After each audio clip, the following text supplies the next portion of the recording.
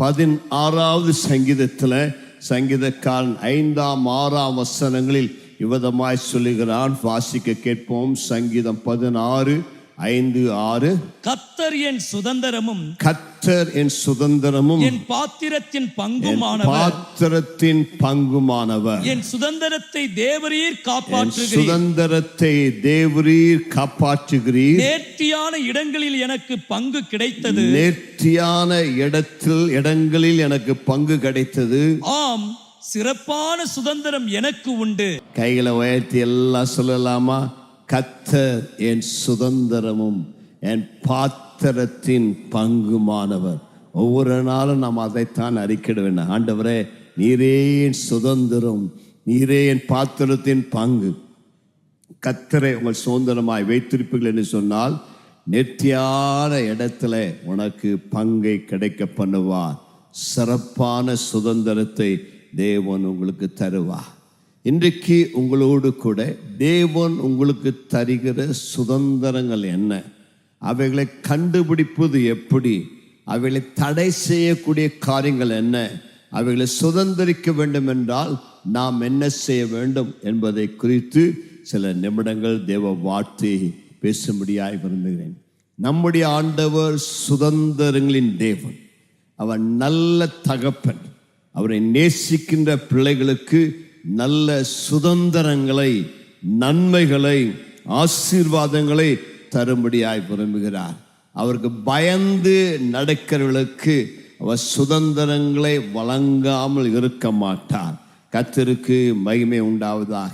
வேதாகமத்தின் பல வசனங்களில் அவர் நமக்கு தரக்கூடிய அநேக சுதந்திரங்களை குறித்து தேவன் எழுதி வைத்திருக்கிறார். இந்த வசனம் எனக்கு பிடித்தமான வசனம் 106வது சங்கீதம் 4-5 வசனத்தை வாசிக்க கேட்போம். கர்த்தாவே, நீ தெரிந்து கொண்டவர்களின் நன்மையை நான் கண்டு உம்முடைய ஜாதியின் மகிழ்ச்சியால் மகிழ்ந்து உம்முடைய சுதந்திரத்தோட மேன்மை பாராட்டும் படிக்கு உம்முடைய ஜனங்களுக்கு நீ பாராட்டும் கிருபையின்படி என்னை நினைத்து உம்முடைய இரட்சிப்பினால் என்னை சந்தித்தருளும். கர்த்தருக்கு பயப்படுகிறவர்களுக்கு, மனுபுத்திரருக்கு முன்பாக உம்மை நம்புகிறவர்களுக்கு நீர் உண்டு பண்ணி வைத்திருக்கிற உம்முடைய ஆசீர்வாதம் எவ்வளவு பெரிதாக இருக்கிறது என்று 31ஆம் சங்கீதம் 9ஆம் வசனத்தில் சொல்கிறார். ஏசாயா 64:4 கர்த்தரில் அன்பு கூறுகிறவர்களுக்கு அவர் ஆயத்தம் பண்ணி வைத்திருக்கிறவர்களை கண் காணவில்லை, காது கேட்கவில்லை, அது மனிதனுடைய இருதயத்தில் தோன்றவில்லை என்று தேவனுடைய வார்த்தை சொல்கிறது. அப்படியானால் கர்த்தரில் அன்பு கூறுகிற உனக்கு தேவன் அநேக சுதந்திரங்களை, ஆசீர்வாதங்களை தரும்படி விரும்புகிறார். சுதந்திரங்கள் தேவனுடைய கரத்திலிருந்து வருகிறது. இந்த உலக வாழ்வுக்கு தேவையான சுதந்திரங்கள், ஆவிக்குரிய சுதந்திரங்களை கர்த்தர் தருகிறார். புத்தியுள்ள மனைவி தேவன் அருளுகிற சுதந்திரம், பிள்ளைகள் கர்த்தரால் வரும் சுதந்திரம், வீடு ஆஸ்தி கர்த்தரால் வருகிற சுதந்திரம், ஆத்துமாக்கள் கர்த்தரால் வரும் சுதந்திரம். மேன்மையான சுதந்திரத்தை தேவன் நமக்காக பரலோகத்தில் வைத்திருக்கிறார். உங்கள் வாழ்வில் உங்களுக்கு தேவையான ஆஸ்தியை கர்த்தர் தருவார், உங்களுக்கு தேவையான மனைவியை தருவார், உங்களுக்கு தேவையான பிள்ளைகளை தருவார், உங்களுக்கு தேவையான ஆவிக்குரிய, பூமிக்குரிய, சரீரத்துக்குரிய, பொருளாதாரத்துக்குரிய அத்தனை ஆசீர்வாதங்களையும் என் தேவன் தம்முடைய கரத்தில் வைத்திருக்கிறார். அவருக்கு பயந்தவர்களுக்கு அந்த நன்மைகளை தரக்கூடியவராயிருக்கிறார். ஆனால் தேவன் நமக்கு அந்த சுதந்திரங்களை கொடுத்தாலும் அந்த சுதந்திரங்களை நாம் பெற்றுக்கொள்ள முடியாதபடி, அதை அனுபவிக்க முடியாதபடி பல சத்துருவின் ஆவிகள் நம்மோடு போராடி கொண்டிருக்கிறது. அவைகள் நம்மை தடுத்து நிறுத்த பார்க்கிறது. ஆகையால் நம்மை தடுத்து நிறுத்துகிற ஆவிகள் எவை, அவைகளை மேற்கொள்வது எப்படி என்று சொல்லி நாம் கற்றுக்கொள்ள வேண்டும்.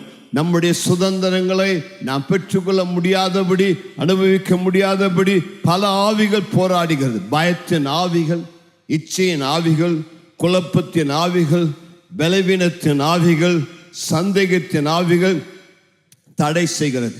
ஆகவே அந்த ஆவிகளை நாம் அடையாளம் கண்டு கொண்டு அவைகளை நம்முடைய எல்லைகளை விட்டு துரத்தி வெற்றி பெற வேண்டும். கைகளை உயர்த்தி ஆமென் சொல்லலாமா? யோசுவா கானான் தேசத்தை சுதந்தரிக்க அவன் சென்ற பொழுது 7 ஜாதிகள் அவனுக்கு எதிர்த்து நின்றார்கள். ஆனால் தேவனுடைய பலத்தினாலே அந்த 7 ஜாதிகள், கானானியர், ஏத்தியர், எமோரியர், எபூசியர், பெர்ஷியர், இன்னும் கிர்காசியர், இது போன்ற பல ஜாதிகளை அவன் துரத்தி இந்த வாக்குத்தத்தம் பண்ணப்பட்ட தேசத்தை அவன் சுதந்தரித்து கொண்டான். கர்த்தருக்கு மகிமை உண்டாவதாக. உங்களுக்கும் தேவன் அநேக சுதந்திரங்களை வைத்திருக்கிறார். அவைகளை நீங்கள் பெற்று அனுபவிக்க முடியாதபடி, கர்த்தர் உங்களுக்கு வாக்கு பண்ணின நன்மைகளை நீங்கள் பெற்றுக்கொள்ள முடியாதபடி பல சாத்தானின் ஆவிகள் தடுத்து நிறுத்துகிறது, போராடுகிறது. ஆகையால் ஆவிக்குரிய வாழ்க்கையிலே நாம் அவைகளை எதிர்த்து நிற்க, அவைகளை துரத்த நாம் கற்றுக்கொள்ள வேண்டும். நல்லா ஒரு நிமிடம் கைகளை உயர்த்தி ஜெபம் பண்ணுங்க. என்னுடைய ஆவிக்குரிய வாழ்க்கையில, என்னுடைய குடும்ப வாழ்க்கையில எனக்கு தேவன் வைத்திருக்கிற அந்த சுதந்திரங்களை, அந்த நன்மைகளை நான் பெற்றுக்கொள்ள முடியாதபடி தடை செய்கிற அந்தகார ஆவிகளே, பிசாசின் பொல்லாத ஆவிகளே, என் குடும்பம் ரட்சிப்புகள் வர முடியாதபடி, என்னுடைய வாழ்வில் தேவன் எனக்கு நியமித்திருக்கிற ஆசீர்வாதங்களை தடை செய்கிற எல்லா இருளின் சக்திகளை, அந்தகார ஆவிகளை நான் என் வாழ்க்கை விட்டு துரத்துகிறேன், அவைகளை மேற்கொள்கிறேன். பரிசுத்தாவின் பலத்தினாலே நான் ஜெயம் பெறுகிறேன். நல்ல கைகளை உயர்த்தி அந்நிய பாஷையில பேசுங்க. ஆவியில நிறைந்து ஜெபிங்க. உன்னை கட்டி வைத்திருக்க அந்த இருளின் ஆவி, அந்த பயத்தின் ஆவி, உன்னோடு போராடி கொண்டிருக்க அந்த பலவீனத்தின் ஆவி, உன் மனதை குழப்பி அந்த குழப்பத்தின் ஆவி, உன்னை சோர்வுபடுத்தி இந்த சோர்வின் ஆவி இயேசுவின் நாமத்தில் இப்பொழுதே விலகுவதாக. உனக்கு எதிராய் போராடுகிற மந்திரவாத அந்தகார சக்திகள், பிசாசின் வல்லமைகள் உன்னை விட்டு நீங்குவதாக. இயேசு கிறிஸ்துவின் இரத்தத்தினால் எனக்கு ஜெயம் உண்டு. பரிசுத்த ஆவியானவருடைய வல்லமையினாலே அந்த அசுத்த ஆவிகளை, என்னோடு போராடுகிற அந்தகார ஆவிகளை நான் மேற்கொள்கிறேன். என்னுடைய சுதந்திரத்தை அவைகள் தடை செய்யாதபடி, என்னுடைய சுதந்திரத்தை அவர்கள் பறிக்காதபடி இயேசுவின் ஜெயமுள்ள நாமத்தினாலே அவைகள் பெரு நான் வெற்றி பெறுகிறேன். கர்த்தருக்கு மகிமை உண்டாவதாக. யோசுவா புத்தகத்தில் அநேக சுதந்திரங்களை தேவன் வாக்கு பண்ணினார். ஆனால் அந்த சுதந்திரங்களை தடுத்த அந்தகார ஆவிகளை அவன் மேற்கொண்டான். எபேசு நிருபமும் நமக்கு ஒரு சுதந்திரத்தின் புத்தகம். அந்த எபேசு நிருபத்தை நீங்கள் வாசிப்பில் என்று சொன்னால், நமக்கு தேவன் வைத்திருக்கிற மேன்மையான சுதந்திரங்கள் என்ன, கிருபையின் மகிமைக்கு புகழ்ச்சியாக தேவன் நமக்கு வைத்திருக்கிற ஆசீர்வாதங்கள் என்ன என்பதை எபேசு நிருபத்தில் அழகாய் சொல்லப்படுகிறது. எபேசு 1:17-19 முடிய ஆண்டவராய இயேசு நம்மை அவருக்கு சுதந்திரமாகும்படி தெரிந்து கொண்டு, அந்த சுதந்திரத்தின் மகிமையின் ஐஸ்வர்யம் இன்னதென்று நான் அறிந்து கொள்ள எனக்கு பிரகாசமுள்ள மனக்கண்களை கொடுக்க வேண்டும் என்று பவுல் வேண்டிக் கொள்கிறார்.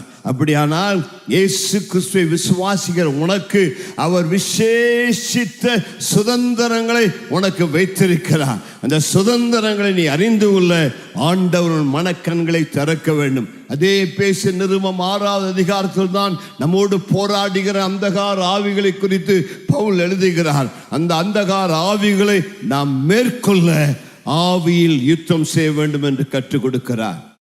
யோசுவா 13வது அதிகாரத்திலிருந்து 21ஆம் அதிகாரம் முடிய சுதந்திரங்கள் என்கிற வார்த்தை 50 முறைக்கு மேலாக வருகிறது. யோசுவாவின் புத்தகம் 24வது அதிகாரம் 13ஆம் வசனத்தில் இவ்விதமாக நாம் வாசிக்கிறோம். வாசியுங்கள். அப்படியே நீங்கள் பண்படுத்தாத தேசத்தையும் நீங்கள் கட்டாத பட்டணங்களையும் உங்களுக்கு கொடுத்தேன், அவைகளில் குடியிருக்கிறீர்கள். நீங்கள் நடாத திராட்சை தோட்டங்களின் பலனையும் ஒலிவத் தோப்புகளின் பலனையும் புசிக்கிறீர்கள் என்றார்.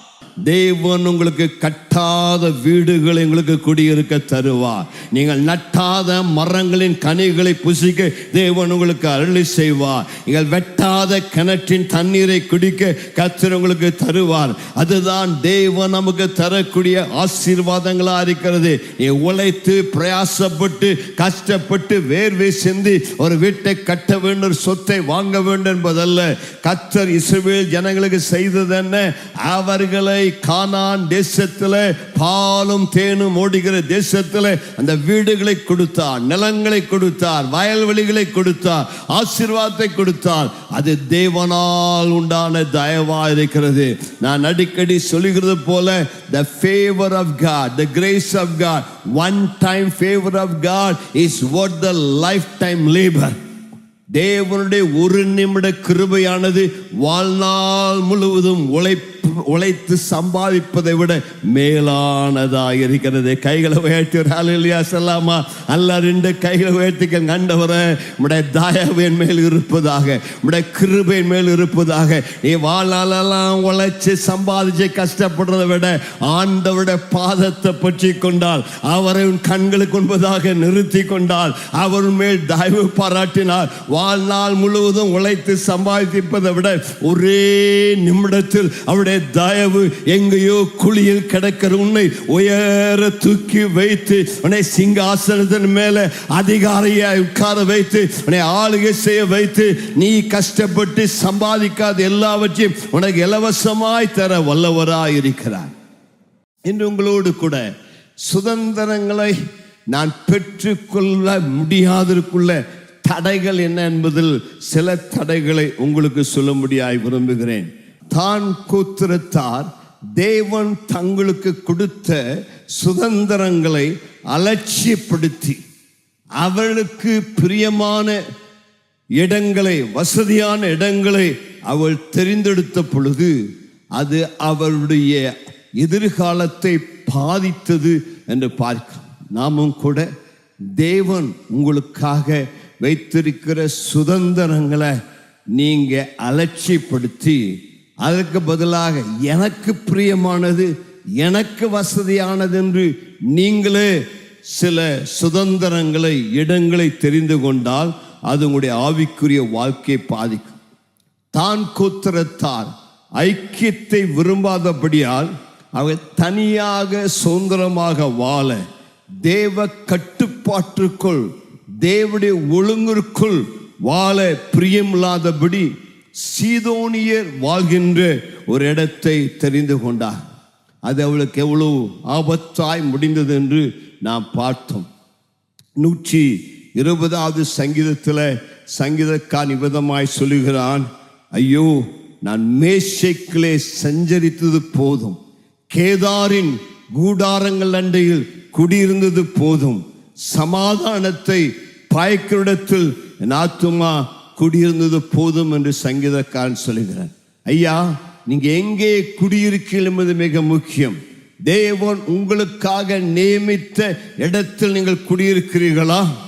தேவன் விரும்புகின்ற, தேவன் உங்களுக்கு தந்த அந்த சுதந்திரத்தை நீங்கள் பெற்றுக்கொண்டு அதில் மகிழ்ச்சியா இருக்கிறீர்களா? அல்லாவிட்டால் தேவன் உங்களுக்கு கொடுக்காத ஒரு சுதந்திரத்தை தேடி நாடி ஓடி போய் உங்கள் ஆத்துமா சமாதானத்தை இழந்து தவிக்கிறதா? இரண்டாவது ஒரு கூட்டத்தாரை பார்க்கிறோம். ரூபன், மனாசே, காத் கோத்திரத்தார், நல்ல அருமையான கோத்திரத்தார். யோசுவாவோடு கூட இணைந்து கானான் தேசத்தில் யுத்தத்தை செய்து வெற்றி பெற்றார்கள். ஆனால் அவர்கள் யோர்தானை கடந்து செல்லும் முன்பதாக, அந்த கானானுக்குள் பிரவேசிக்கும் முன்பதாக கீலேயா தேசத்தை பார்த்து, இது நல்ல பசும் புல்வெளி, எங்க ஆடு மாடுகளுக்கு இது ஏற்ற இடம், இந்த குடும்பத்துக்கு ஏற்ற இடம் என்று சொல்லி அந்த கானானுக்குள் பிரவேசிக்காதபடி கானானுக்கு முன்பதாகவே இந்த இடம் வசதியா இருக்குது என்று அங்கேயே தங்கிவிட்டார்கள் என்று வேதம் சொல்லுகிறது. வாசிங்கள். என்னாகமம் 32வது அதிகாரம் 1ஆம் வசனத்தை வாசிங்க. என்னாகமம் புத்திரருக்கும் காத் புத்திரருக்கும் ஆடு மாடுகள் மிகவும் திரளாய் இருந்தது. அவர்கள் யாசேர் தேசத்தையும் கீலேயா தேசத்தையும் பார்த்தபோது, கீலேயா தேசத்தை அவர்கள் பார்த்த பொழுது அது ஆடு மாடுகளுக்கு தகுந்த இடம் என்று கண்டார்கள். ஆடு மாடுகளுக்கு தகுந்த இடம் என்று கண்டார்கள். ஆண்டவர் வைத்த இடமான் பார்க்கல, அவளுக்கு ஏற்ற இடமான் பார்க்கல, ஆடு மாடுகளுக்கு ஏற்ற இடம். 5ஆம் வசனத்தை வாசிங்க. உம்முடைய கண்களில் எங்களுக்கு தயை கிடைத்ததானால் எங்களை யோர்தான் நதிக்கு அப்புறம் கடந்து போக பண்ணீராக, இந்த நாட்டை உமது அடியாருக்கு காணியாட்சியாக கொடுக்க வேண்டும் என்றார்கள். கடந்து போக பன்னீராக நாங்க போக விரும்பல. எங்களுக்கு தேவன் வைத்திருக்கிற அந்த சுதந்திரத்தை, எங்களுக்கு யோர்தானுக்கு அப்புறத்துல மோசேயின் மூலமாய் வாக்கு பண்ணப்பட்ட அந்த கானான் தேசத்துக்குள் நாங்கள் போக விரும்பல. இதே நல்லா இருக்குது, இங்கேயே இருந்து கொள்கிறோம் என்று சொன்னார். இவளுக்கு பெயர் பார்டர் கிறிஸ்டியன்ஸ், எல்லையோர கிறிஸ்தவர்கள். இந்த எல்லையை கடந்து வர விரும்பல. ஆண்டவர் வைத்திருக்க பரிபூரண ஆசீர்வாதத்தை அவள் பெற்றுக்கொள்ளாதபடி இதோ ஒரு நன்மை கிடைச்சது, இந்த நன்மை எங்களுக்கு போதும், இதுவே எங்களுக்கு போதும், இதுக்கு மேல நாங்கள் ஆழமா வர விரும்பல, இங்கேயே இருந்து விடுகிறோம், இதுவே நன்றாக இருக்கிறது என்று சொல்லி மதில் மேல் இருக்கிற பூனைகளாக எல்லையை தாண்டாதபடி, யோர்தானை கடந்து அக்கறைக்கு செல்லாதபடி அவர்கள் உலக பிரகாரமான காரியத்திலேயே திருப்தியாய் வாழ்ந்து விட்டனர். பரிபூர்ண ஆசீர்வாதத்தை பெறாதபடி அரைகுறை ஆசீர்வாதத்தில் அவள் திருப்தியாய் விட்டார். இன்றைக்கும் சில கிறிஸ்தவர்கள் அப்படிதான் இருக்கிறாங்க. ஐயா, தேவன் உங்களை ஆழங்களுக்குள் வரும்படியாய் அழைக்கிறார். பக்கத்திற்கு கை கொடுத்து சொல்லுங்க, ஆண்டவர் உங்களுக்கு இது அல்ல, இதை விட மேலானதை வைத்திருக்கிறார். இதிலேயே திருப்தியாய் இருந்து விடாதீங்க, இதே நல்லா இருக்கு இங்கே டேரா போட்டுறாதீங்க. ஆண்டவனை பார்த்து சொல்லுங்க, மகனே ஆழங்களுக்குள் வா, உனக்காக நான் வைத்திருக்கிற சுதந்திரங்கள் இன்னும் பெரிதானவைகள், உனக்காக வைத்திருக்கிற நன்மைகள் இன்னும் ஏராளமானவைகள். இதிலேயே அங்க டவரை போட்டு உட்கார்ந்து விடாத. ஆண்டவர் உங்களை இன்னும் மேன்மையான அனுபவங்களுக்குள் அழைத்து செல்ல விரும்புகிறார். லோத்து அப்படிதான். ஆதியாகமம் 13வது அதிகாரத்தில் நீங்கள் 11ஆம் வசனத்திலிருந்து 13ஆம் வசனம் முடிய வாசித்தால் ஆபிரகாமும் லோத்தும் ஒன்றாய் தங்கியிருக்கிறார்கள். ஆனால் லோத்து ஆபிரகாமை விட்டு பிரிந்து போகும் பொழுது அவனுக்கு ஷார்ட் சைட், ஆபிரகாமுக்கு லாங் சைட். இன்னைக்கு நிறைய பேருக்கு பக்கப்பார்வை. பக்கப்பார்வைனா என்ன? பக்கத்தில் என்ன இருக்குதுன்னு சொல்லி பார்க்கலாம். லோத் எதை பார்த்தான்? பக்கத்தில் இருந்த சோதோம் கொமோராவை பார்த்தான். லாங் சைட்னா என்ன? ஆபிரகாம் தேவன் தனக்கு வைத்த இந்த வாக்குத்தத்த தேசத்தை கண்ணோக்கி பார்த்தான். கர்த்தருக்கு மகிமை உண்டாவதாக. இந்த லோத்து எல்லாம் பச்சை பசேல் இருக்குன்னு தெரிந்து கொண்டான். முடிவில் நடந்தது என்ன? லோத்து சிறைப்பிடிக்கப்பட்டு போனான். லோத்து இருந்த பட்டணம் அழிக்கப்பட்டது, சோதோம் கொமோரா. ஆகையால் அவன் தனக்கு வசதியான பசுமையானதை தெரிந்து கொண்டான். ஆனால் அது தேவனால் அவனுக்கு தரப்பட்டதல்ல. இந்த ரூபன், காத், மனாசே கோத்திரத்தால் தங்களுக்கென்று தெரிந்து கொண்ட இடத்தில் என்ன ஆனது என்று வேதம் சொல்கிறது. 1 நாளாகமம் 5வது அதிகாரம் 25ஆம் 26ஆம் வசனத்தை வாசிங்க.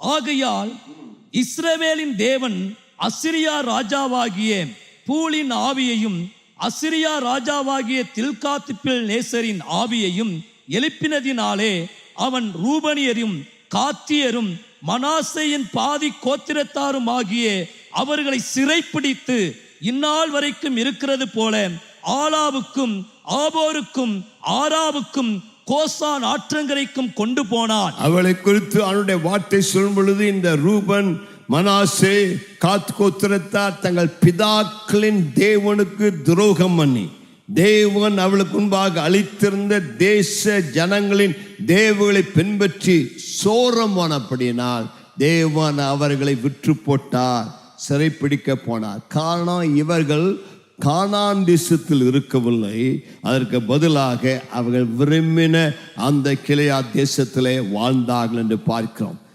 அந்த நியாயாதிபதிகள் 1ஆம் 2ஆம் அதிகாரத்தை நீங்க வாசித்து பார்த்தீங்கன்னா திரும்ப திரும்ப வரக்கூடிய ஒரு வார்த்தை, தேவன் அவளுக்கு கானானை வாக்கு பண்ணியிருந்தால் கூட அந்த கானான் தேசத்துல அவர்கள் சத்துருக்களை முழுவதும் துரத்தி விடவில்லை, கானானியரை முழுவதும் துரத்தி விடவில்லை.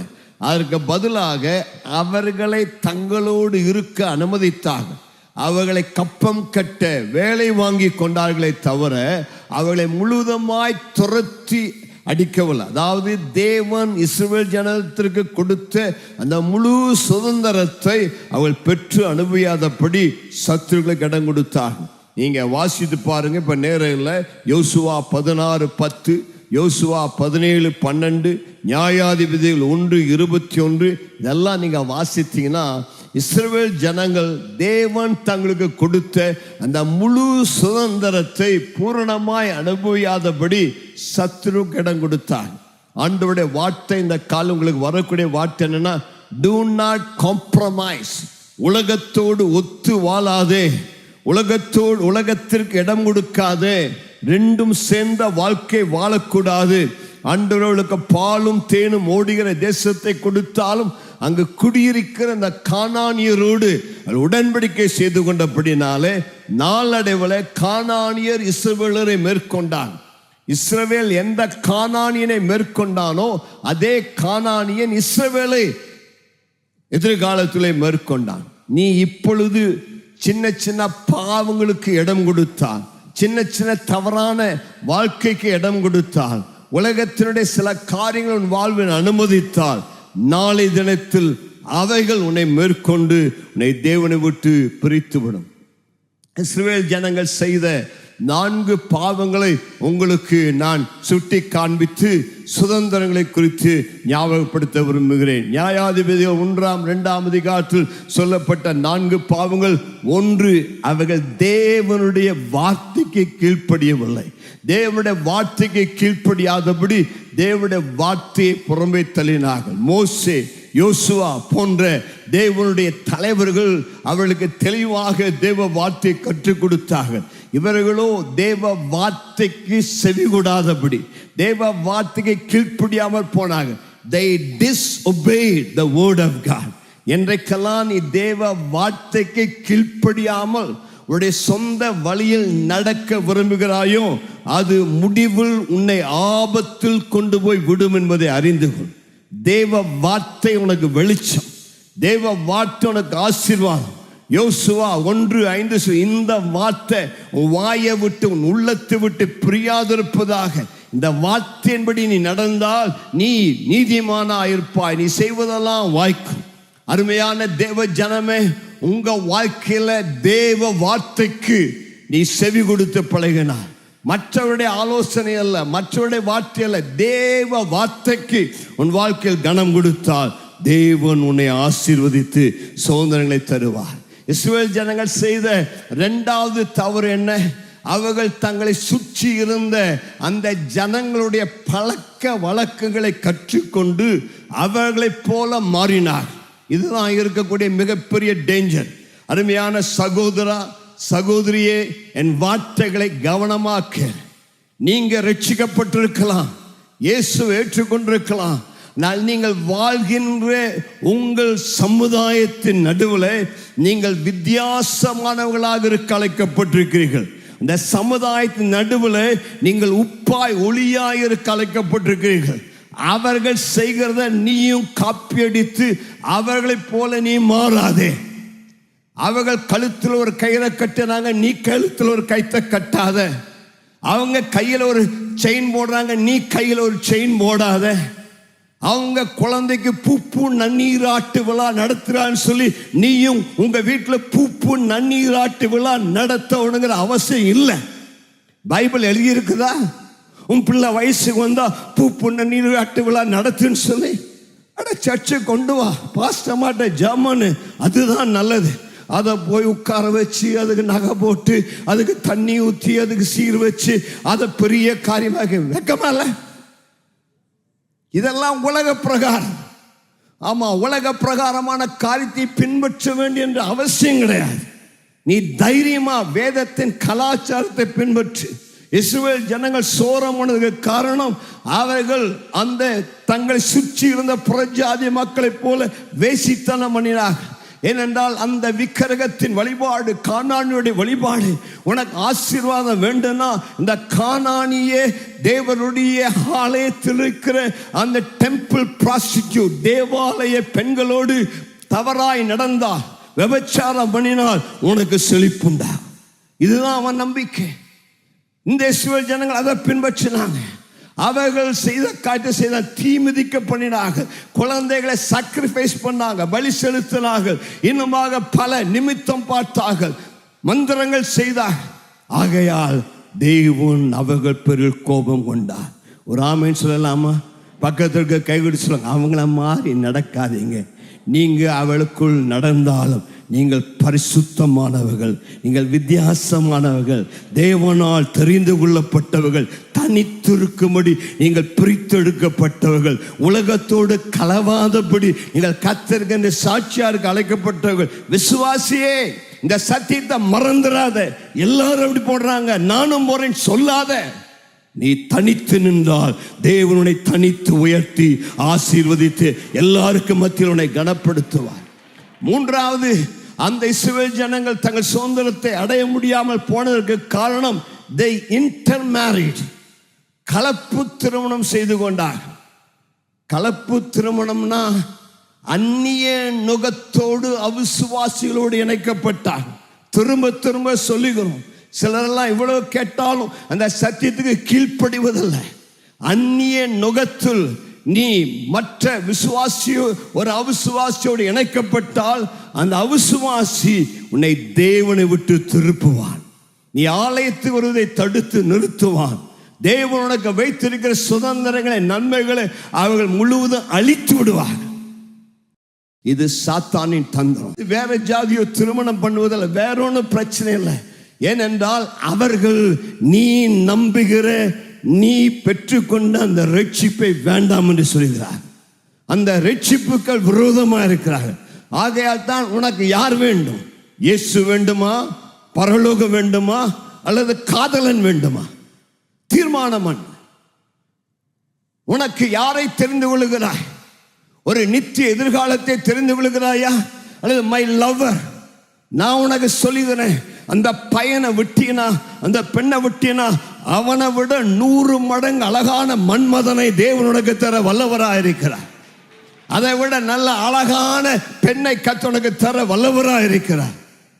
நீ ரட்சிக்கப்படாத ஒரு பெண்ணை, ரட்சிக்கப்படாத ஒரு பையனை கல்யாணம் பண்ணினா சிம்சோனை போல நாளைக்கு மாவாட்டி கொண்டிருப்பாய். நீ தான் வீட்டில் தோசை சுட வேண்டிய நிலை ஏற்படும். நீ அவளுடைய சாரியெல்லாம் துவைக்க வச்சிருவா. ஆமா, நான் சொல்றதை நம்மளே எழுதி வச்சுக்கோ. ஆகவே தான் இஸ்ரவேல் ஜனங்கள் அந்த மறு மதத்தினருடைய பிள்ளைகளை திருமணம் செய்து கொண்டபடியால் அவள் சிறைப்பட்டு போனார்கள். அவளுக்கு வைக்க வேண்டிய சுதந்திரங்கள் அவளுக்கு கிடைக்கவில்லை.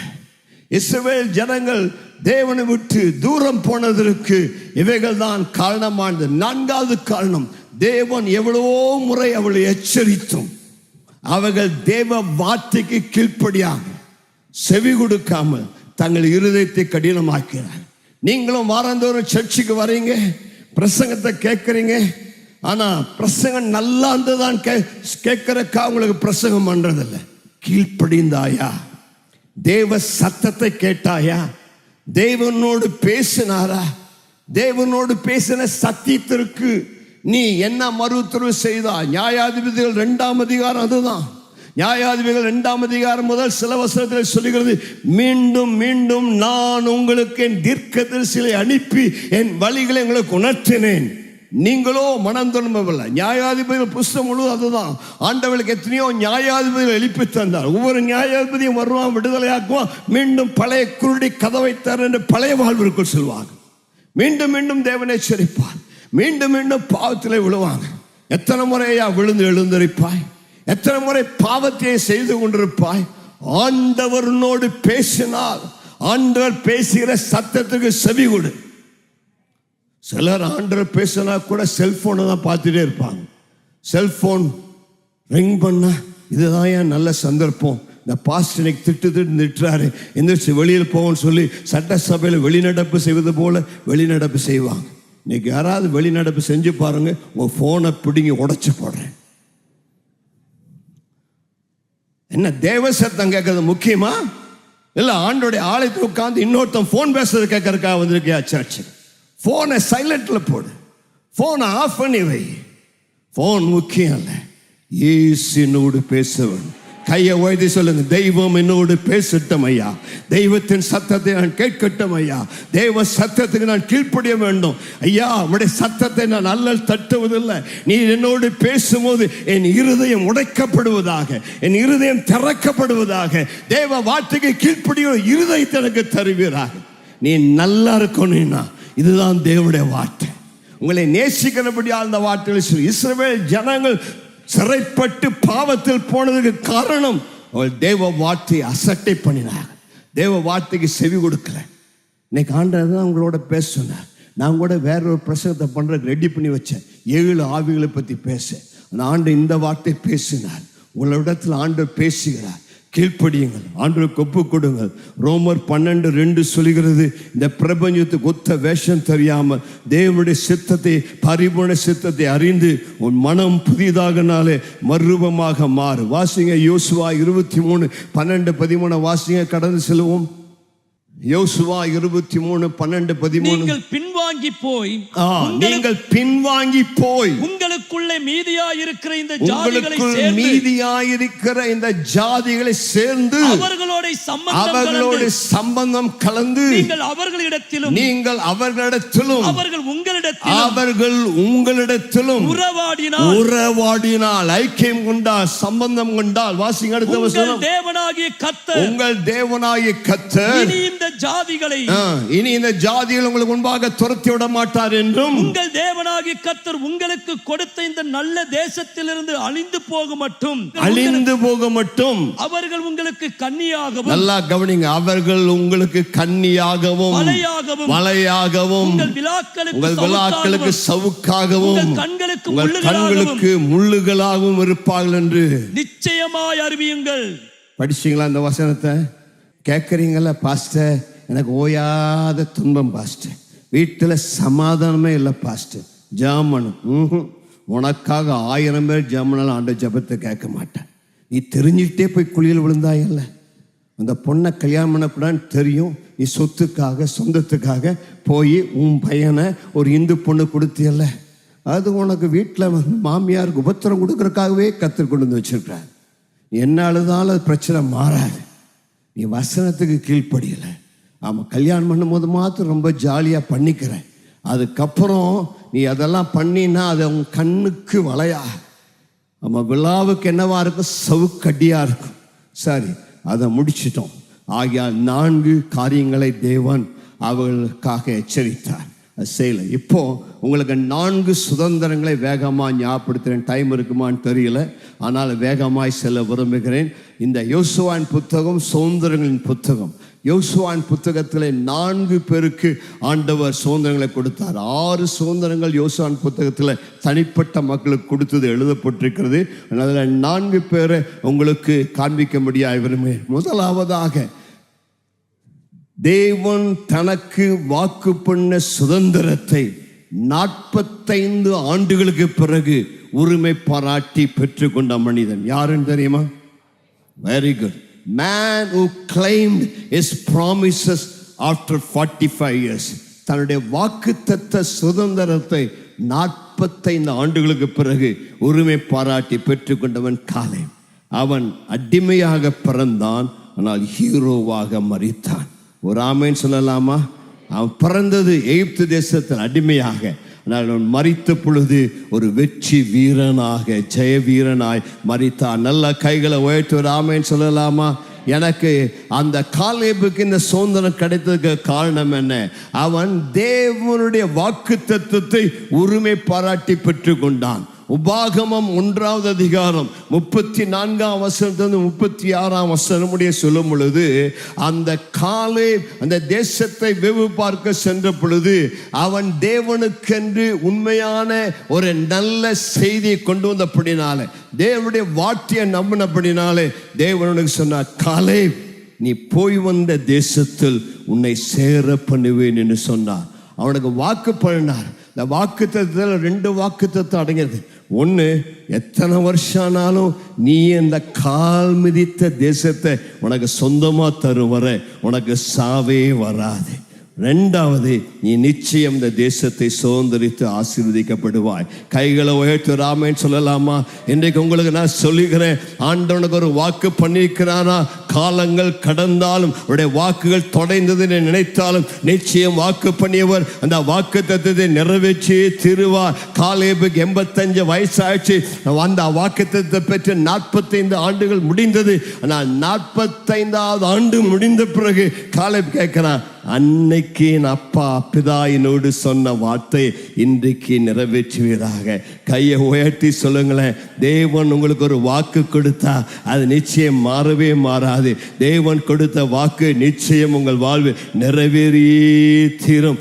45 ஆண்டுகள் கடந்து அவனோடு பிறந்தவர்கள் அவனோடு அங்கே கானானுக்கு போக ஆயத்தமான எல்லாரும் செத்து போனா கூட காலேபே தேவன் உயிரோடு காத்து தேவன் அவனுக்கு வாக்கு பண்ணிய அந்த வாக்கு தத்தத்தை அவன் உரிமை பாராட்டி பெற்றுக் கொண்டான். உங்க வாழ்க்கையில தேவன் ஏதாவது வாக்கு கொடுத்திருக்கிறாரா? இன்றைக்கு கேளுங்க. கையை உயர்த்தி சொல்லுங்க, ஆண்டவரே நீர் என்னோடு சொன்னதை இன்றைக்கு நினைத்தள்ளுவீராக. கையை உயர்த்தி கேளு, என்னோடு நீர் கொடுத்த வாக்கு தத்தத்தை remember your covenant God, remember your promise God, remember your word. நீர் எனக்கு சொன்ன வார்த்தையை இன்றைக்கு எனக்கு நினைத்தள்ளுவீராக. ஒரு குழந்தையை தருவேன் சொன்னீங்களே, கொடுங்க ஆண்டவரே. ஒரு வீட்டை தருவேன் சொன்னீங்களே, கொடுங்க ஆண்டவரே. உங்க காரியத்தை நான் பொறுப்படுத்தி செய்வேன் சொன்னீங்களே, உங்க வாயினால சொன்னதை உங்க கரத்தினால நிறைவேற்றுங்க. இன்றைக்கு உங்களுடைய வாக்கு தத்தத்தை உங்களுடைய வார்த்தையை உமக்கு நான் நினைப்பூட்டுகிறேன். நீ பொய் சொல்ல தேவன் அல்ல, நீ மனமாற மனுபுத்தன் அல்ல, நீ சொன்னதை செய்கிற தேவன். ஆகையால் ஆண்டவரே 45 வருஷத்துக்கு முன்னாடி நீர் என்ன சொன்னீரோ அது எனக்கு இன்றைக்கு நிறைவேறுவதாக. ஷபாலா ராமா கத்துனாமா. அநேகருக்கு கர்த்தர் தீர்க்கமாய் சொல்லுகிறார், உன்னை குறித்து தேவன் சொன்ன வார்த்தையை தேவன் மறந்து போகவில்லை. தேவன் மறந்து போகவில்லை. நீ மரிப்பதற்கு முன்பதாக நீ அதை காண்பாய். நீ மரிப்பதற்கு முன்பதாக அது உனக்கு நிறைவேறும். உன் கண்கள் அதை காணும். நாங்க அடிக்கடி சொல்றது போல, நீ செத்து போனா கூட உன்னுடைய செத்த பிரேதத்தை உயிரோடு எழுப்பி அவருடைய வாக்குத்தத்தத்தை நிறைவேற்றி பிறகுதான் உன்னை மறிக்க முடியாக அனுமதிப்பார். காலேபுக்கு இந்த சுதந்திரத்தை தேவன் தந்தற்கு காரணம் என்ன? காலேபுக்கு தேவன் 4 சாட்சி கொடுக்கிறார். முதலாவது, அவன் என்னுடைய தாசன். இரண்டாவது, உத்தமமாய் என்னை பின்பற்றினான். மூன்றாவது, அவன் முழுவதும் ஹோலி முழுவதுமாய் என்னை பின்பற்றி நடந்தான். நான்காவது, அவன் உத்தமனாய் காணப்பட்டான். கர்த்தருக்கு மகிமை உண்டாவதாக. அவன் தேவனுடைய தாசன், உத்தமமாய் பின்பற்றினான், முழுவதும் கடைசி வரைக்கும் பின்பற்றினான், நல்ல விசுவாசினான். அந்த யோசுவா 14வது அதிகாரத்தில் அல்லது உபாகம் 1வது அதிகாரத்தில் நம்ம வாசித்த அந்த வசனத்தில் எனக்கு பிடித்த வார்த்தை என்னன்னா, அவன் உத்தமமாய் என்னை பின்பற்றினபடியினால் அவன் போய் வந்த அந்த தேசத்திற்கு நான் அவனுக்கு கொடுப்பேன். உபாகம் 1:34. எப்ரேம் குமாரனாய் காலேப் காண்பான், அவன் கர்த்தரை உத்தமமாய் பின்பற்றினபடியால் நான் அவன் மிதித்து வந்த தேசத்தை அவனுக்கு அவன் பிள்ளைகளுக்கு கொடுப்பேன் என்றான். ஒரு ஆமேன் சொல்லலாமா? காலேபுக்கு அந்த சுதந்திரத்தை கொடுத்ததுக்கு காரணம் உத்தமமாய் தேவனை பின்பற்றினான். கையை உயர்த்தி சொல்லலாம், ஆண்டவரே நான் உண்மை உத்தமமாய் பின்பற்ற எனக்கு உதவி செய்யப்பா. உண்மை என் கண் முன்பதாக வைத்திருக்கிறேன். நீர் என்ன வலது பக்கத்தில் இருக்கிறபடியா நான் அசைக்கப்படுவதில்லை. நான் வலது பக்கம் இடது பக்கம் சாயாம உத்தமமாய் பின்பற்றி வர விரும்புகிறேன். ஒரு ஆமைன்னு சொல்லலாமா? உத்தமமா யாரெல்லாம் இங்க உத்தமமா உண்மையா ஆண்டவரை பின்பற்றுகிறீர்களோ உங்களுக்கு ஆண்டவர் சொல்லக்கூடியதான வார்த்தை, நீ என்னை உத்தமமாய் பின்பற்றினபடியினால் நான் உனக்கு நல்ல சுதந்திரத்தை தராமல் இருக்க மாட்டேன். கர்த்தரை தேடுகிற உனக்கு, கர்த்தரை உண்மையாய் பின்பற்றுகிற உனக்கு, கர்த்தரை உண்மையாய் பின்பற்றுகிற உனக்கு நிச்சயமாய் உத்தமமாய் நடக்கிறவர்களுக்கு அவன் நன்மையை வழங்காதுறார். நன்மையை வழங்காமல் அவரால் இருக்கவே முடியாது. நீ உத்தமமாய் நடந்தால், உத்தமமாய் ஆலயத்துக்கு வந்தால், வாரம் தவறாமல் 52 வாரம் சர்ச்சுக்கு வந்தால், கர்த்தர் உன்னை விசாரித்து உனக்கு தர வேண்டிய நன்மைகளை தராமல் உன்னை விட்டு விடவே மாட்டார். ஆண்டவர்கிட்ட நீ கேட்கலாம் தைரியமா, ஆண்டவரே ஒரு வாரம் தவறாமல் உத்தமமாய் ஆலயத்துக்கு வருகிறேனே ஏன் ஆண்டவர் என்று கேட்டால் நிச்சயம் உனக்கு பதில் கொடுத்து உன்னை தூக்கி விடுவார். காரணம், என் தேவன் உத்தமமாய் நடக்கிறவர்களுக்கு பிரதிபலன் தருகிறவர். நீ எனக்கு முன்பதாக உத்தமனாய் நடந்து கொள். நான் சர்வ வல்லமையுள்ள தேவன். ஆபிரகாமே, உனக்கு குழந்தை இல்லைனாலும் 99 வயதுல நீ எனக்கு முன்பதாக சர்வ வல்லமையுள்ள தேவனா எனக்கு முன்பதாக உத்தமமாய் நடந்தபடினா I am going to bless you. உத்தமமாய் நடக்கிறவர்களுக்கு ஒரு நன்மை உண்டுங்க. இங்க நினைக்காதீங்க ஆண்டவரை செவித்தேனே உத்தமமா எனக்கு நன்மைகளே, God will reward you. அந்த காலை முதிர்ந்த வயதிலும் முடியாததை அரிதானதை கேட்டான். ஒரு ஆமென் சொல்லலாமா? முதிர் வயதுன்னு பார்க்காத, பக்கத்தில் பார்த்து வயசாயிடுச்சுன்னு சொல்லாத. இப்போதான் உனக்கு ஆண்டு புது பலன் தருகிறார். சொல்லுங்க, வயதுன்னு சொல்லாத. வயதான உனக்கு கர்த்தர் புதிய சத்துவத்தை தருவார். இப்போதான் நாங்கள் உலகம் சுற்றும் வாலிபர்களாக மாறிக்கொண்டிருக்கிறோம். 60 வயசு வரைக்கும் செய்யாத பிரயாணத்தை இப்பொழுதுதான் செய்கிறோம். இப்பொழுதுதான் ஒரு நாள் கூட ரெஸ்ட் இல்லாமல் உலகம் முழுவதும் சுற்றி கொண்டிருக்கிறோம். காரணம் என்ன? காலை சொன்னா 45 வயசுல எனக்கு இருந்த அதே பலனை கர்த்தர் இப்பொழுது எனக்கு தந்திருக்கிறார். ஹல்லேலூயா. அவன் தேவனை தனக்கு பலனாக கொண்டான். பக்கத்திற்கு கை கொடுத்து சொல்லுங்க, உங்களுடைய வாழ்க்கையில தேவனை உங்கள் பலனாக வைத்துக் கொள்ளுங்கள். ஏமான், தேவன் உங்கள் பலனாக இருந்தால் நீங்கள் அசைக்கப்பட மாட்டீர்கள். இன்னைக்கு பக்கத்துக்கு கையை பிடித்து சொல்லுங்க, அரிதானதை கேளு, சாதாரணமானதை கேட்காத, முடியாததை கேளு, முன்னாடி எது முடியலையோ அதை தாங்காண்டவரேன்னு கேளு. காலேபுக்கு 85 வயசுல அவன் நான் ரிட்டையர்ட் ஆக போறாண்டவர். 85 வயசாச்சு. ஒரு நல்ல தோட்டத்தை கொடுங்க, அங்க ஒரு வீடு கட்டி ஒரு ஸ்விம்மிங் பூல் பக்கத்தில் ஜாலியா உட்கார்ந்து இருப்பேன் கேட்டிருப்பேன். ஆனா காலேப் அப்படி இல்லை. 85 வயசுல கேட்டான், அந்த மலை நாட்டை எனக்கு தாரும், நான் போய் கால் மிதித்த அந்த தேசத்தை எனக்கு தாரும், அந்த தேசத்தை எனக்கு வேண்டும் என்று கேட்டான். இன்னைக்கு வயசானவங்க அநேகரும் முறுமுறுத்து கொண்டிருக்கிறாங்க. இங்க பக்கத்தில் சொல்லு, முறுமுறுக்காத, இன்னும் கர்த்தர் உனக்காக நல்ல ஓட்டத்தை வைத்திருக்கிறார். இன்னும் நீ செல்ல வேண்டிய பிரயாணங்கள் வெகு தூரம். காலேபுக்குள்ள ஒரு உறுதியான விசுவாசம் இருந்தது. ஆகவே அவன் கேட்டான், அந்த மலை நாட்டை எனக்கு தருவீராக. தன் பலத்தை புதுப்பித்துக் கொண்டான். எதிரிகளை கண்டு அஞ்சவில்லை. தேவன் என்னோடு இருந்தார். எந்த சத்துருமே நான் துரத்தி விட முடியும் என்பதை அறிந்தேன் நான். ஒரு ஆமென் சொல்லலாமா? இந்த 10 அந்த வேவுக்காரர்கள் எந்த ராட்சதனை கண்டு பயப்பட்டார்களோ அதே ராட்சதனை காலை துரத்தி விட்டான். அவிசுவாசம் ராட்சதர்களை பார்க்கும், விசுவாசம் தேவனை பார்க்கும். ஒரு ஆமென் சொல்லலாமா? பக்கத்தில் பார்த்து சொல்லுங்க, அவிசுவாசம் பிரச்சனைகளை பார்க்கும், அவிசுவாசம் ராட்சதர்களை பார்க்கும், விசுவாசமோ தேவனை பார்க்கும். பக்கத்துல பார்த்து உங்களுக்கு விசுவாசம் இருக்குதா அவிசுவாசம் இருக்குதா? ஏமா, உலகத்தின் மக்கள் அவிசுவாசக்காரர்கள் காமன் சென்ஸின்படி செய்வார்கள். ஆனால் விசுவாச வீரர்களோ தேவ வார்த்தையின்படி செய்வார்கள். ஆமென். விசுவாசம் இல்லாதவனுக்கு காமன் சென்ஸ் என்ன சொல்லுதோ அதுபடி செய்வான். விசுவாசம் உள்ளவன் தேவனுடைய வார்த்தையின்படி செய்வான். காலேபுக்கு கர்த்தர் எப்ரோனை தந்தார். ஒரு ஆமென் சொல்லலாமா? யோசுவா 14:15 விதமாய் சொல்லு, காலேபுக்கு தேவன் முன்னே எப்ரோனை தந்தார். அந்த எப்ரோனுக்கு முன்னாடி அந்த பேர் கீரியாத் அர்பா. கீரியாத் அர்பா என்று சொன்னால் 4 ராட்சதர்களின் பட்டணம். இப்பொழுது காலேப் இந்த ராட்சதர்களை துரத்தி விட்டு, எப்ரோன் என்றால் ஐக்கியம், எப்ரோன் என்றால் இளைப்பாறுதல். காலேப் அங்கே போன உடனே அங்க தேசம் யுத்தம் இல்லாமல் அமைதியா இளைப்பாறியது. கைகளை உயர்த்தி ஆமென் சொல்லலாமா? இன்றைக்கு ஆண்டு உனக்கு சொல்றாராமா, பெற்றுக்கொள். கைகளை உயர்த்தி உனக்கு ஒரு எப்ரோனை தர போறாரு. இது வரைக்கும் சண்டைன்னு இருந்தாய், இது வரைக்கும் ராட்சதல் இருந்தாய். ஆனால் அந்த ராட்சதங்களை துரத்தி விட்டு உன்னுடைய தேசம் இளைப்பாறுதலின் தேசமாய் மாறப்போகிறது.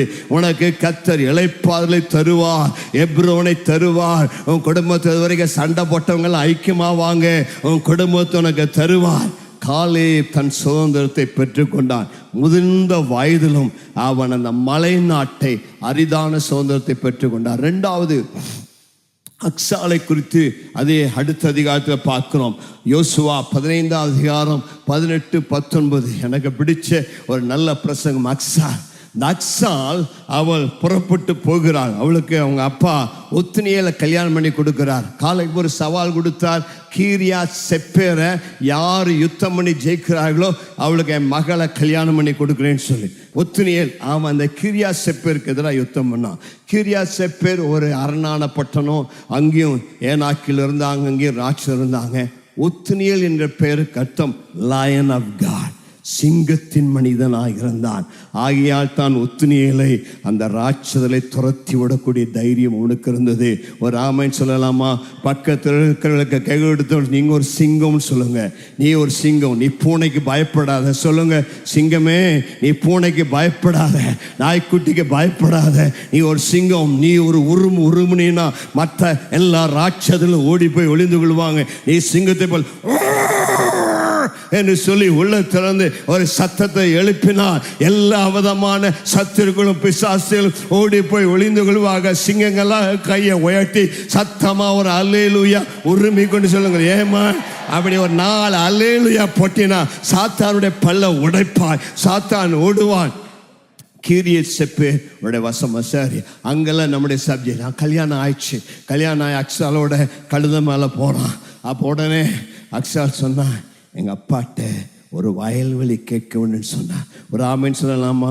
பக்கத்தில் பார்த்துக்கலாம். இன்னைக்கு எங்கள் அப்பாட்ட ஒரு வயல்வெளி கேட்க போகிறேன் சொல்லுங்களேன். கையை உயர்த்தி. உங்கள் அப்பாட்டு இல்லை, ஆமாம் போய் உங்கள் அப்பாட்ட கேட்டுறாதீங்க. நாளைக்கு உங்கள் அப்பா என்னை அடிக்கிறதுக்கு வந்துவா சர்ச்சில், ஏயா இதாயா பிரசவம் பண்ணி கொடுத்தேன்னு சொல்லி நான் சொல்லிக்கிறேன். அப்பா பரலோக அப்பா, கையை ஒய்த்தி சொல்லுங்க, என் பரலோக தகப்பனிடத்தில் இன்னைக்கு ஒரு வயல்வெளியை கேட்க போகிறேன். கேளுங்கம்மா கேளுங்கப்பா. உனக்கு வயல்வெளி இல்லையா? உன்னுடைய தேவை என்ன? இந்த கல்ல உன் பிரச்சனை என்ன? நான் கல்யாணம் ஆகி போகிறேன், எங்கள் அப்பா எனக்கு டவுரி கொடுக்கல, பிரச்சனை இல்லை. எனக்கு பரலோக அப்பா இருக்கிறார். அவர் எனக்கு ஆசீர்வாதத்தை தர வல்லவர். கைகளை உயர்த்தி சொல்லுங்க, எனக்கு ஒரு வயல்வெளி வேண்டும். வயல்வெளி ஊழியத்தை காண்பிக்கிறது, வயல்வெளி ஆத்துமாக்களை காண்பிக்கிறது, வயல்வெளி கத்திரிக்காய் ஊழியம் செய்வதை காண்பிக்கிறது. அக்சால் சொன்னால், என் தகப்பனிடத்தில் ஒரு வயல்வெளியை கேட்க போகிறேன். என்ன பண்ணா? கழுத மேலே போயிட்டு இருந்தவன் அப்பா பார்த்தோன்னே கழுதை விட்டு கீழே இறங்கடா. ஒரு ஆமைன்னு சொல்லலாமா? இன்னைக்கு சிலர் அப்பாவை பார்த்தாலும் உட்கார்ந்த சேரை விட்டு எந்திரிக்கிறது இல்லை. இன்னைக்கு மாமனாரை பார்த்தாலும் உட்கார்ந்த இடத்த விட்டு எந்திரிக்கிறது இல்லை. இந்த அக்சால் எவ்வளோ நல்ல பிள்ளையா இருந்தா. இந்த காலத்து பிள்ளைகள்லாம் அப்பாவுக்கு அம்மாவுக்கு மரியாதை கொடுக்கறது இல்லை, அன்பு காமிக்கிறது. ஆனால் அக்சால் அப்பா தூரத்தில் பார்த்தோன்னு என்ன பண்ணா? பக்கத்தில் பசங்க கழுதை விட்டு இறங்கு கீழே. கழுத மேலே உட்காந்துட்டே கேட்காது. சொல்லுங்களேன் பக்கத்தில் பார்த்து. ஆமாம், கழுத மேலே உட்காந்துட்டே கேட்டேன்னா கிடைக்காது. கழுதை விட்டு இறங்கு. அது தாழ்மை குறிக்கிறது, அது மனத்தாழ்மை குறிக்கிறது. பக்கத்தில் பார்த்து கொஞ்சம் மண்டி போட பழகு, கொஞ்சம் முட்டி போட பழகு. நீ சேர் மேலே சேர் போட்டு கால் மேலே கால் போட்டு, ஆண்டவரே எனக்கு இந்த நன்மை செய்வீரானால், ஆமாம் உனக்கு செய்வார். இன்னும் 4 காலம் மேலே போட்டுட்டு கேளு. ஆமாம், ஆண்டவர்கிட்ட கேட்க நான் முழங்கால் போடு, உன்னை தாழ்த்து, தேவனுடைய முகத்தை தேடு. என் ஜனங்கள், என் நாமம் தரிக்கப்பட்ட ஜனங்கள் தங்களை தாழ்த்தி, பக்கத்தில் பாச தாழ்த்தி என் முகத்தை தேடி தங்கள் பொல்லாத வழிகளை விட்டு திரும்பினால் நான் அவளுக்கு சேமத்தை அருளுவேன். பக்கத்தில் பார்த்துக்களை முழங்கால் படி போடுகிற பழக்கணக்கு உண்டா? கழுதை விட்டு இறங்கு. கழுதை மேலேயே உட்கார்ந்துட்டு கேட்காத, கழுதை விட்டு இறங்கி ஆண்ட கேளு. ஆமா, போகும்போது சொன்னா வயல்வெளினா அப்பாட்ட போனோன்னு அந்த ரிக்வெஸ்டே மாறிடுச்சு. அப்பாட்ட சொன்ன, அப்பா எனக்கு ஒரு வறண்ட நிலத்தை தந்திருக்கிறேன், எனக்கு ஒரு நீர்ப்பாய்ச்சலான நிலத்தை தார். கையை ஓய்தி சொல்லுங்க, ஆண்டவரே எனக்கு ஒரு நீர்ப்பாய்ச்சலான நிலத்தை தருவீராக. சொல்லுங்க, ஆண்டவரே என் வாழ்க்கை வறண்டு இருக்கிறது, என்னுடைய எதிர்காலம் வறண்டு இருக்கிறது, என்னுடைய வாழ்க்கையில் வறட்சி, ஆசீர்வாதம் இல்லை, என்னுடைய வாழ்க்கையில் வறுமை, ஏழ்மை இருக்கிறது. நான் போகிறேன் ஆண்டவரே, என் குடும்ப வாழ்வில் வறட்சி, என் குடும்ப வாழ்க்கை பாலவன மாதிரி இருக்கிறது. கையை உயர்த்தி சொல்லுங்கள், ஆண்டவரே இன்றைக்கு எனக்கு ஒரு நீர் பாய்ச்சலான நிலத்தை தருவீராக. இன்றைக்கு உங்களுக்கு தீர்க்கமாக சொல்லுகிறேன், இன்றைக்கு ஆண்டவர் உங்கள் வறட்சி திரட்சியாய் மாற்றப் போகிறார். உங்கள் பாலை வனம் சோலை வனமாய் மாறப்போகிறது. உங்கள் வனாந்தரம் வயல்வெளியாய் செழிக்கப் போகிறது. காரணம் என்ன? ஏசியா 32:15 சொன்ன பண்ணமாக உங்கள் வனாந்தரத்தில் பரலோகத்தின் தேவன் பரலோகத்திலிருந்து உன்னதத்திலிருந்து தம்முடைய ஆவியை உங்கள் மேல் ஊற்றும் பொழுது அந்த வனாந்தரம் வயல்வெளியாய் மாறும். நல்ல 2 கையை உயர்த்தி சொல்லுங்க, ஆண்டவரே இன்றைக்கு உன்னதத்திலிருந்து பரிசுத்த ஆவியானவர் என் மேல் ஊற்றப்படுவீராக, என் மேல் இறங்கி வருவீராக. கர்த்தருடைய ஆவியானவரே, என் வாழ்க்கை வறண்டு இருக்கிறது, என் வாழ்க்கை பாலைவனம் போல இருக்கிறது, என் வாழ்க்கையில் ஏமாற்ற தோல்விகள். ஈசாக்குடைய வாழ்க்கையில் துறவுகள் அடைபட்டது. துறவுகள் அடைபட்ட பொழுது அவன் தேவனை நோக்கி கூப்பிட்டு, ஆண்டவரே இந்த பெலிஸ்தன் துறவுகள் அடைத்து போட்டாங்கன்னு சொல்லி அன்றைக்கு ஆண்டவர் ஈசாக்குக்கு புது துறவுகளை திறந்து கொடுத்தார். சுரக்கும் நீரூற்றுகளை கண்டான். அவனுடைய பஞ்சம் மாறியது, செழிப்பு வந்தது. அவன் வர வர பலத்தான். இன்றைக்கு உனக்கு சில நீரூற்றுகளை கத்து திறக்கிறார். கையை உயர்த்தி பெற்றுக்கொள். எந்தெந்த நீரூற்றை சத்துரு அடைத்து வைத்திருந்தானோ, எந்தெந்த நீரூற்றுகள் உனக்கு திறக்கப்படாமல் இருந்ததோ, இன்றைக்கு கர்த்தருடைய ஆலயத்திலிருந்து கையை உயர்த்தி கேட்கும் பொழுது உடைய வறட்சி திரட்சியாய் மாறுவதாக. உனக்கு அடைக்கப்பட்ட நீரூற்றுகள் திறக்கப்படுவதாக. உன்னதத்திலிருந்து ஆவியானவர் உன்மேல் இறங்கி வருவாராக. உடைய வயல்வெளி செழிப்பதாக. உடைய ஆவிக்குரிய வாழ்க்கை செழிப்பதாக. உடைய குடும்பம் செழிப்பதாக. உடைய பிள்ளைகள் செழிப்பதாக. உன் குறைகள் நீங்குவதாக. இன்றைக்கு நீ தேவனை தேடுவாயானால் உன்னுடைய எல்லா பஞ்சங்கள் மாறும். உடைய மடுக்கள் மேடாக மாறும். உடைய வாழ்க்கை கர்த்தர் ஆசீர்வதித்து செழிக்க செய்வார். சுதந்திரங்களின் நேரம். கைகளை உயர்த்தி சொல்லுங்க, ஆண்டவர் என் பேரில் மறுமலர்ச்சியின் காலங்களை தருவாராக. Seasons of refreshing. வறட்சிக்கு பதிலாக அவனுடைய சமூகத்திலிருந்து வருகிற இளைப்பாறுதலின் காலங்கள் என் மேல் வருவதாக. 3வது பிரசங்கம், அம்மாவுக்கு பிடித்தமான பிரசங்கம். செலோபேத்தியாளின் குமாரத்திகள். என்ன குமாரத்திகள்? செலோபேத்தியாளின் குமாரத்திகள். அம்மா உங்களுக்கு அடிக்கடி பிரசங்கம் பண்ணியிருக்கிறாங்க.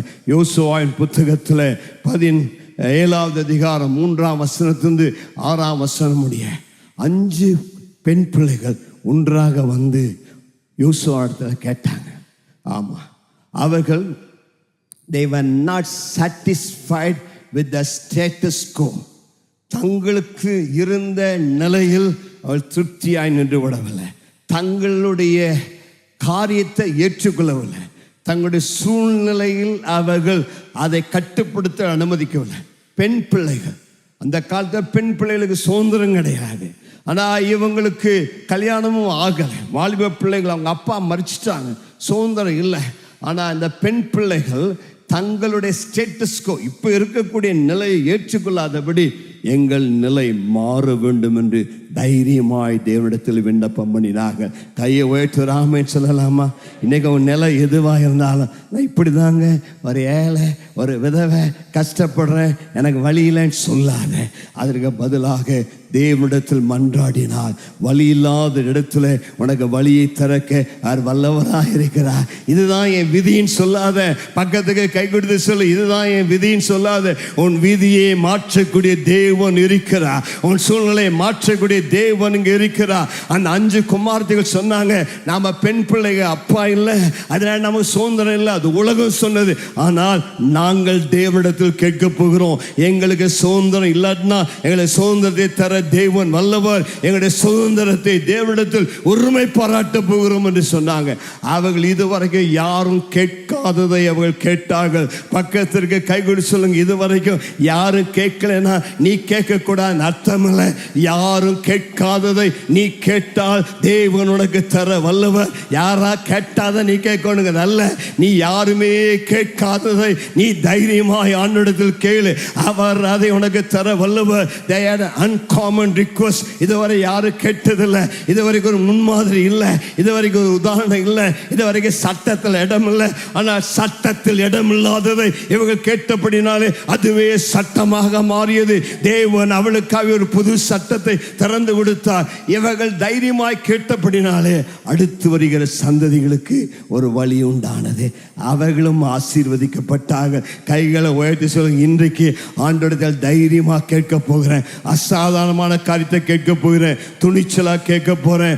நான் ஒரு ஹிஸ்டரி மேக்கர், நான் ஒரு ரிஸ்க் டேக்கர், நான் ஒரு சரித்திரம் படைக்கிற பெண். சொல்லுவேன் கையை உயர்த்தி, நான் சரித்திரம் படைக்கிற பெண்மணி. நான் தைரியமா கேட்பேன். இதுவரைக்கும் யாரும் செய்யலைனாலும் நான் செய்வேன். நான் பெண்ணையா என்னை எல்லாம் தடுத்து நிறுத்துவாங்கன்னு பயப்படல. பெண்ணா இருந்தாலும் விசுவாசத்தோடு கேட்டார். சரியான இடத்துல சரியான நபரிடத்துல அது வந்து கேட்டபடினாலே அவர்களுக்கு சரியான ஆசீர்வாதத்தை சரியான நேரத்தில் தேவன் தந்தார். யோசுவா 17:18 அங்கே யோசேப்பின் புத்திரர் யோசுவாவிடத்தில் வந்து கேட்டாங்க, ஐயா நாங்கள் ஜனம் பெருத்தவர்கள், ஜனம் பெருத்த எங்களுக்கு ஒரு பங்கு நீர் கொடுத்தது என்ன, ஒரு போர்ஷன் கொடுத்தது என்ன, கொடுத்த இடம் எங்களுக்கு பத்தலை அப்படின்னு சொல்லி கேட்டாங்க. யோசுவாவுக்கு சொன்ன பதில், நீங்கள் ஜனம் பெருத்தவங்க, you are a great people, உங்களுக்கு பராக்கிரம் உண்டு, உங்களுக்கு ஒரு பங்கல்ல மலை தேசமும் உங்களுடையதாகும் என்று சொன்னார். ஒரு ஆமென் சொல்லலாமா? பக்கத்திற்கு கை கொடு சொல்லுங்க, மலை தேசம் உங்களுடையதாகும். அது காடானால் அதை வெட்டி திருத்துங்கள், அதனுடைய கடையாந்திரம் மட்டும் உங்களுடையதாகும். யோசேப்பின் புத்திரர் யோசுவாவுக்கு சொன்னது, ஆண்டவரே நாங்கள் பெரிய கூட்டையா, எங்களுக்கு இருக்கிற இடம் பத்தலை, எங்களுக்கு இன்னும் பெரிய இடம் வேணும்னு கேட்டாங்க. அவர்களுக்கு யோசுவா கொடுத்த பதில் தான், நீ கால் மிதிக்கிற இடத்தெல்லாம் உனக்கு கத்த தருவார். ஹல்லேலூயா. ஆண்டவர் நமக்குள்ள ஒரு அதிருப்தி இருக்க வேண்டும், ஒரு இருக்கிற திருப்தியா இல்லாம ஆவிக்குரிய வாழ்க்கையில கேட்க வேண்டும். கையை நீட்டி சொல்லுங்க, நான் இடம் கொண்டு பெருகுவேன். வலது பக்கத்துல இடது பக்கத்துல இருக்கிற நிலையிலேயே நான் திருப்தியாய் நின்று விட மாட்டேன். உடைய சுதந்திரத்தை பெரிதாக்கு. யோசேப்புன்னு சொன்னால் இன்க்ரீஸ் என்ற அர்த்தம். கையை வைத்து சொல்லுங்க, நான் ஒரு யோசேப்பு, நான் பெருகுவேன். கையை நல்லா நான் ஒரு யோசேப்பு, நான் பெருகுவேன். பெருக்கத்திற்காகவே தேவனை அழைத்திருக்கிறார். God will add, இன்னும் தேவன் தருவார். அல்ல கை அசைத்து சொல்ல, இன்னும் தேவன் தருவார், இன்னும் தேவன் தந்து கொண்டே இருப்பார். இருக்கிறதெல்லாம் திருப்தியாய் நின்று விடவில்லை.